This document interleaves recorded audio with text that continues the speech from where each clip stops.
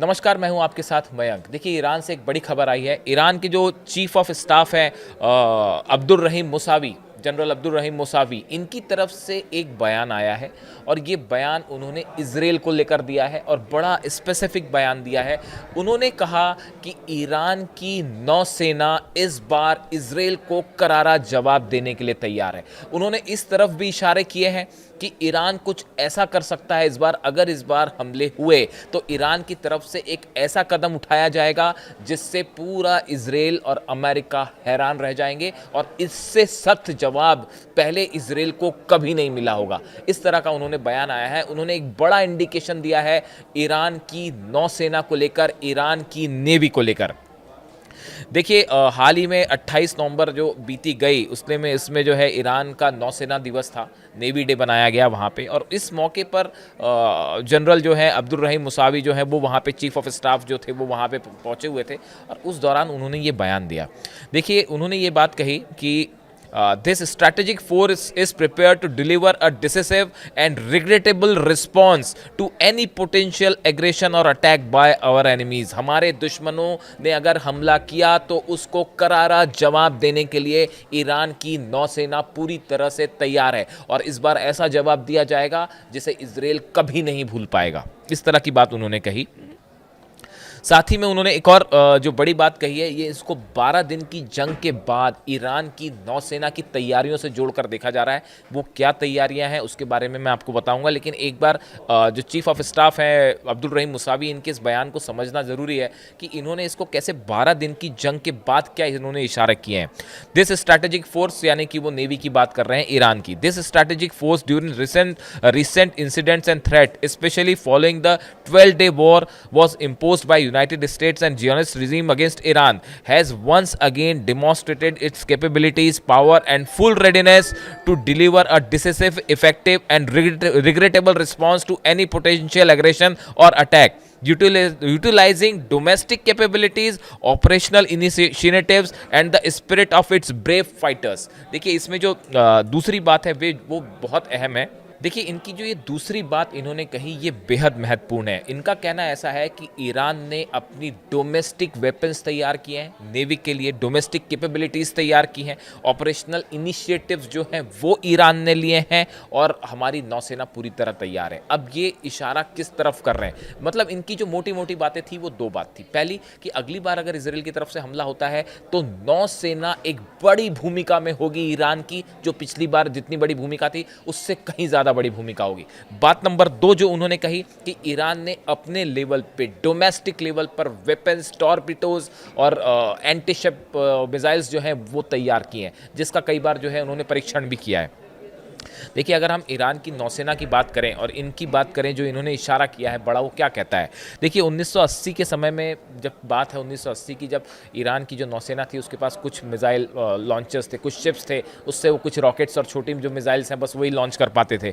लेकिन देखिए, उसके बाद पिछले कुछ दशकों में आज स्थिति ये है कि ईरान की जो नौसेना के जहाज़ हैं वो चीन, रशिया, साउथ अफ्रीका, यहाँ तक कि लैटिन अमेरिका के हार्बर्स तक, बंदरगाहों तक पहुँच रहे हैं। वेनेजुएला के आसपास भी पहुंच रहे हैं। इस तरह की खबरें आई कि ईरान जो है वो वेनेजुएला की बड़ी मदद कर रहा है, ड्रोन्स के ज़रिए भी और कुछ जहाज़ों के ज़रिए भी हथियार पहुंचाने की कोशिश है। इस तरह की बातें भी आ रही हैं। देखिए, अगर हम स्पेसिफिक बात करें कि अगर ईरान की नौसेना की बात करें तो मकरान जो जहाज़ है ये वो जहाज़ है जो जिसे एक चलता फिरता जो है कॉम्बैट प्लेन, इसको जहाज माना जाता है। ये जो मकरान है ये करीब 1 लाख टन माल वेट लेके जो है वो ट्रैवल कर सकता है। 5 हेलीकॉप्टर्स इसके ऊपर होते हैं और कई सारे कॉम्बैट ड्रोन भी जो है इस पर रखे जा सकते हैं। इसे ईरान का एक चलता फिरता जो है नेवल बेस कहा जाता है। ये देखिए, ये डेवलपमेंट्स पिछले कुछ समय में ईरान की नौसेना में हुए हैं। ये एयरक्राफ्ट कैरियर तो नहीं कहेंगे इसे, लेकिन ये एक चलता फिरता बेस माना जाता है ईरान का, जिसमें काफ़ी सारे हथियार एक बार में जा सकते हैं। उसी तरह अगर आप बात करें तो एक वर्टिकल लॉन्च मिसाइल्स के मामले में, जो कि शिप से लॉन्च की जाती हैं, उस मामले में भी ईरान की नौसेना ने तेज़ी से तरक्की की है। शायद इसी तरफ जनरल मुसावी इशारा कर रहे हैं और ये एक साथ 100 अलग अलग लक्ष्यों को निशाना बना सकती है। ईरान की जो वर्टिकल मिसाइल्स हैं, वर्टिकल मतलब जो जहाज़ से सीधी अचानक लॉन्च की जा सकती है, ये कैपेबिलिटी भी ईरान ने हासिल कर ली है। इसके अलावा अगर आप बात करें फतेह और गदीर, ये 2 क्लास की जो सबमरीन्स हैं, पनडुब्बियाँ हैं, 2000 किलोमीटर रेंज वाली सब सरफेस क्रूज मिसाइल्स इनमें लगा दी गई हैं। यानी कि आप देखिए कि ये जो पनडुब्बियां हैं फतेह और गदीर सीरीज़ की खास तौर पर, इसमें वो मिसाइल्स लगाई गई हैं जो 2000 किलोमीटर तक की अटैक कर सकती हैं और इसको लेकर लगातार इम्प्रूवमेंट हो रहे हैं। कि अगर आप देखिए नॉर्थ कोरिया इस कोशिश में लगा हुआ है कि वो अपनी सबमरीन से जो है ICBM लॉन्च करने की टेक्नोलॉजी हासिल कर ले, और ईरान जो है वो लगातार अपनी सबमरीन को इस लेवल पर मजबूत करना चाह रहा है कि अगर अब की बार इजराइल पर हमला करना पड़े तो उसकी पनडुब्बियों से मिसाइल लॉन्च करने की कैपेबिलिटी आ जाए, और ख़ास तौर पर क्रूज मिसाइल्स जो हैं जो कि 2000 किलोमीटर जिनकी रेंज हो सके। अगर हम हाइपरसोनिक मिसाइलों की बात करें, खासकर एंटी शिप मिसाइल्स हैं, इसमें कादिर 2 मिसाइल है जो कि 14 माक की स्पीड तक ट्रैवल कर सकती है, स्पीड पर ट्रैवल कर सकती है और इसका काफ़ी लंबा इंपैक्ट, काफ़ी दूर रेंज तक हमला कर सकती है। ये भी जो है वो ईरान की नौसेना के बेड़े में शामिल हो चुकी है। कादिर 2 मिसाइल, ये एडवांस वर्जन है कादिर 1 का और ज़्यादा इफेक्टिव मानी जाती है। देखिए ईरान जो है वो ये चाहता है कि जो मिसाइल पावर उसने शो किया इजराइल के खिलाफ 12 दिन की जंग में, अब वही मिसाइल पावर उसकी नौसेना पर भी आ जाए, नौसेना पे, उसके वॉरशिप्स पे, सबमरीन्स में भी ये मिसाइलें तैनात हो जाए ताकि इन सबमरीन्स और नेवल अटैक भी बड़ा किया जा सके। उसी तरह देखिए ड्रोन्स जो हैं, ईरान ड्रोन के मामले में भी बहुत एडवांस है और बताया जा रहा है कि फेलिकन 2 जो ड्रोन है इसका इस्तेमाल किया जा रहा है जो जामरान डिस्ट्रॉयर है उसके ऊपर से, यानी कि जहाज़ के ऊपर से ड्रोन्स फ्लाई करके दुश्मन को निशाना बनाने की कैपेबिलिटी भी ईरान ने हासिल कर ली है और लगातार इसमें एडवांसमेंट हो रहा है कि अगली बार जो ड्रोन लॉन्च किए जाएं वो समंदर से लॉन्च किए जाएं। और इसी का नतीजा है कि आज आप देखिए फारस की खाड़ी की बात करें, हिंद महासागर की बात करें, लाल सागर की बात करें, यहाँ तक कि अटलांटिक महासागर की भी अगर बात होती है तो यहाँ सब जगह जो है वो ईरान की नेवी का प्रेजेंस देखा जा रहा है, ईरान के जहाज़ों का प्रेजेंस देखा जा रहा है और 7500 से ज़्यादा व्यापारिक जहाज़ों को एस्कॉर्ट किया है ईरान ने पिछले कुछ समय में। सोमाली समुद्री जो लुटेरे हैं उनका मुकाबला किया और चीन और रूस के साथ मिलकर जो है वो संयुक्त जो है वो सुरक्षा अभ्यास भी हुआ, डिफेंस ड्रिल भी की गई समंदर में। यानी आप देखिए बड़े पैमाने पे ईरान अपनी नेवी को मजबूत करने में जुटा हुआ है। अब इसकी 3 वजह है। ऐसा क्यों कहा जा रहा है कि ईरान की नेवी जो है वो इजराइल पर भारी पड़ सकती है? इसकी 3 वजह है।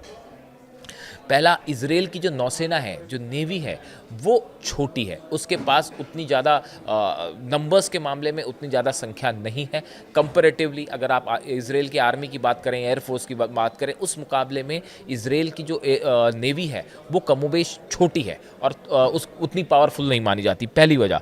दूसरा, देखिए अभी तक इजराइल का मेन फोकस रहा है ग्राउंड ऑपरेशंस पे, चाहे वो गजा में हो, चाहे लिबनान में हो, चाहे गोलन हाइट्स वाले इलाके में हो, चाहे सीरिया में, ग्राउंड ऑपरेशन या फिर एयर स्ट्राइक्स, ये 2 मामलों में इजराइल का फोकस रहा है, लेकिन नेवी के मामले में ज़्यादा फोकस नहीं होता है, दूसरी वजह।